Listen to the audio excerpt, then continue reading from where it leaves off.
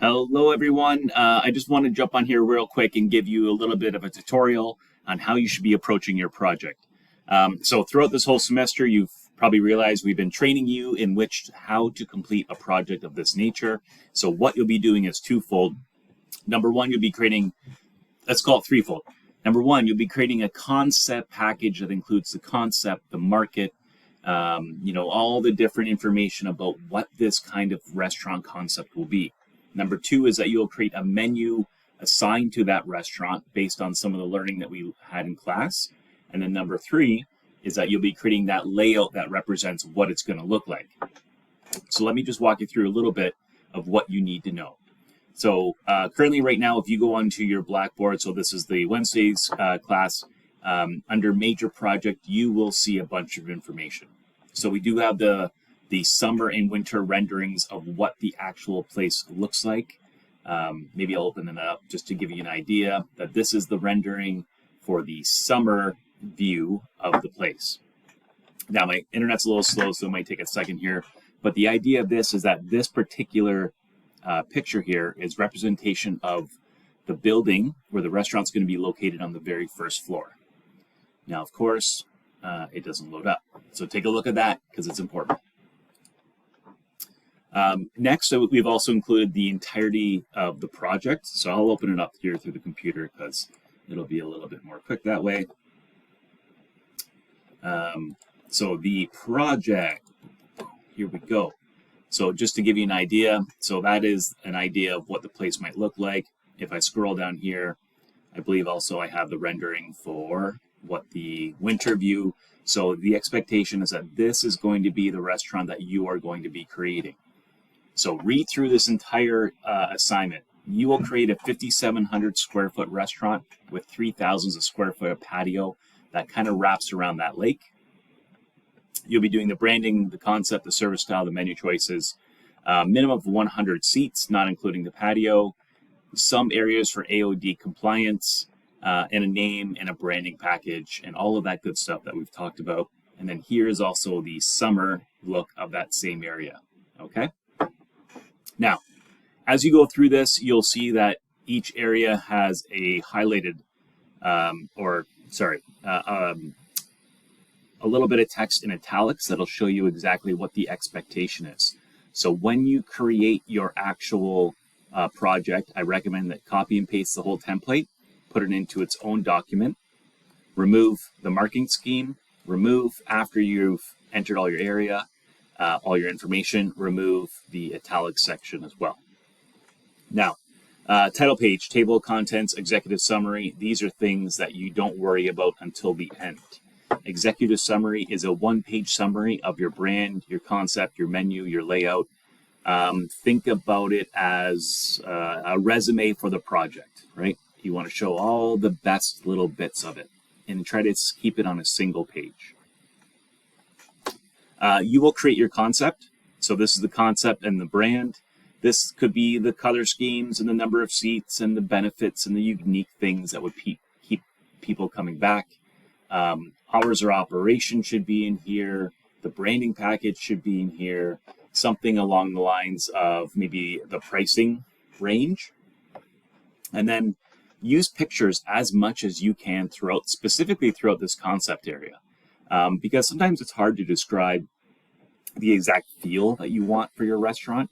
It might be much easier to show me some imagery. So as long as you create the images within the text and you keep it nice and concise and beautiful looking, they work very, very well.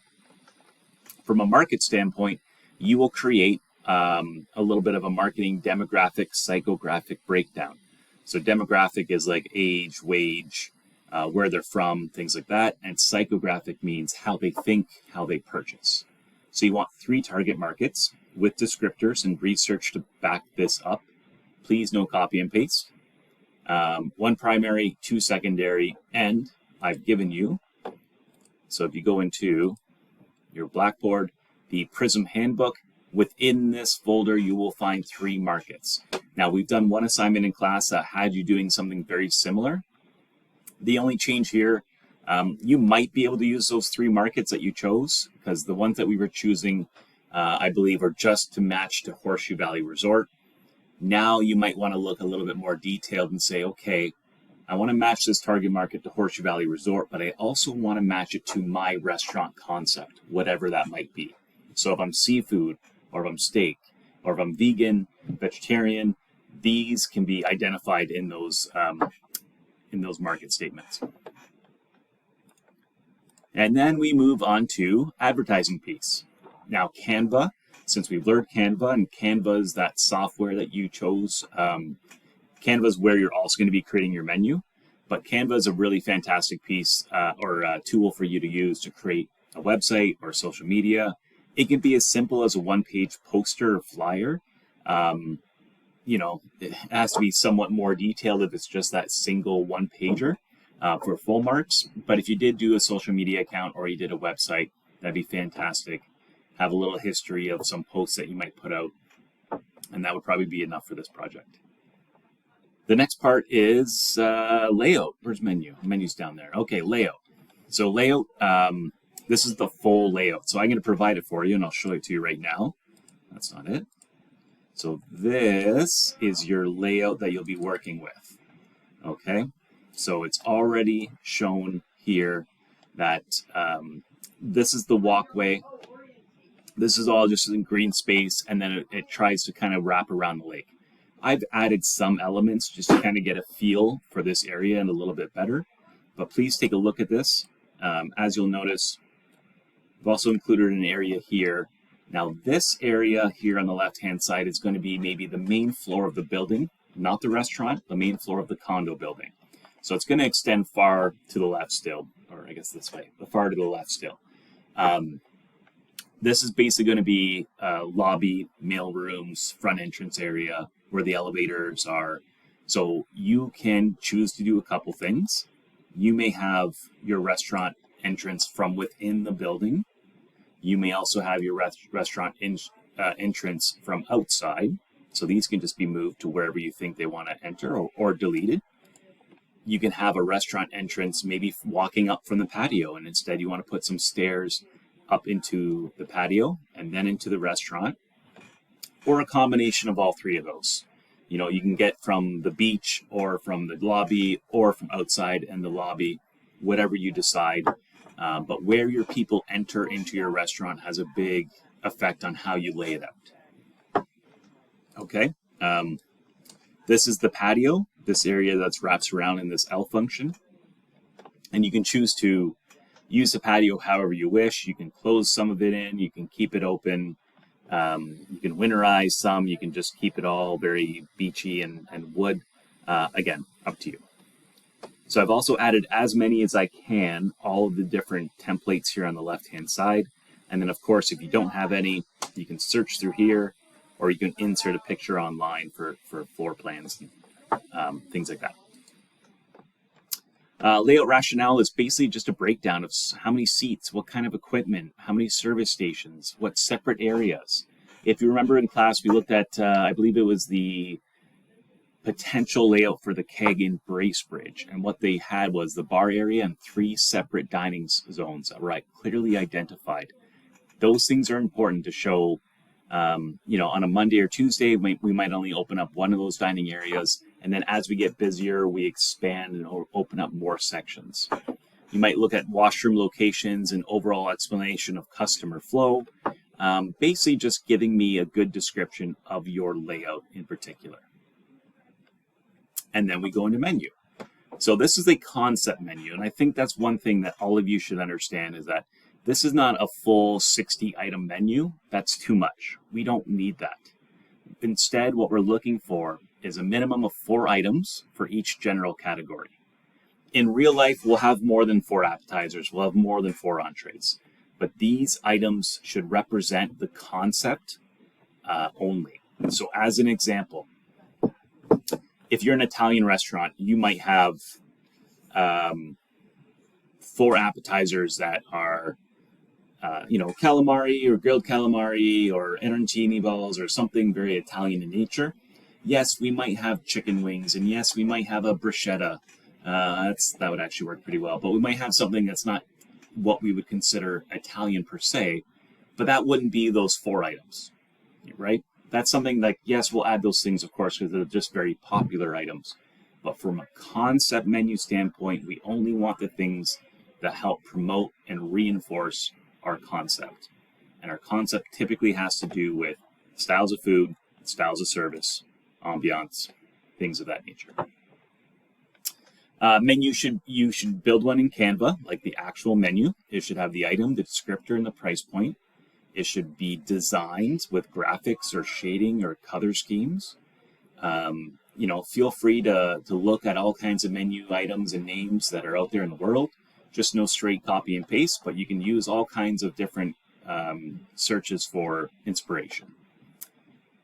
Menu rationale will be a breakdown, a costing of 2 appetizers, 2 entree items, and a selection of beer and wine. So beer and wine is quite easy because you buy it by the bottle, you sell it by the bottle, and that's what we're looking for. Appetizers and entrees, a little bit more detailed, but as you'll see here, it's just an example for you. A salmon Neptune with asparagus and mini potatoes.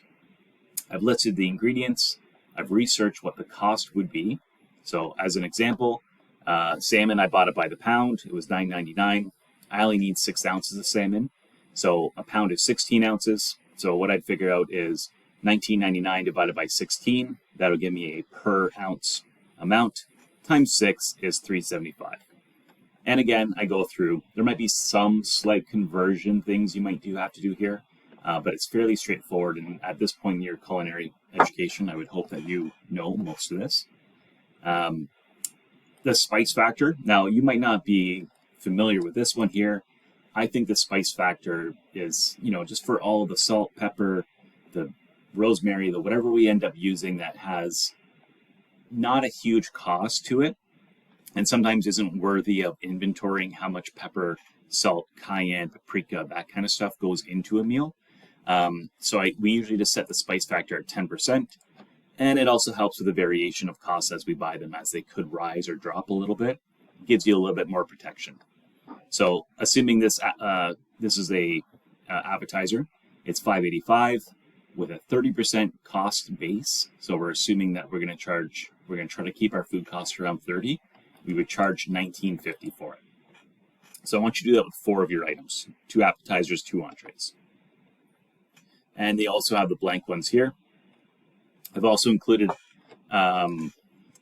your menu costing sheets, which I believe are from Chef Phil or other people throughout your culinary courses. And this one's a little bit more in-depth with the EP, AP kind of setup. So that's up to you. You can use those costing sheets as well, or use the ones provided. Totally up to you. And then just some bonus stuff. So if you have a sustainability strategy, if you have nutritional information, or things that are just not included in here, but you think are bonus.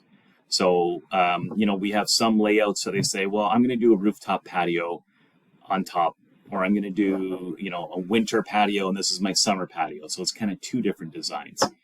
That stuff I will accept. You will get bonus marks for everything that you go above and beyond. So if, let's say, your concept is a little flat, your marketing didn't, you didn't score perfect on that, or on your layout, but you've added 2 or 3 bonus items, then it could be a perfect project. Okay, so I will weigh them all strategically.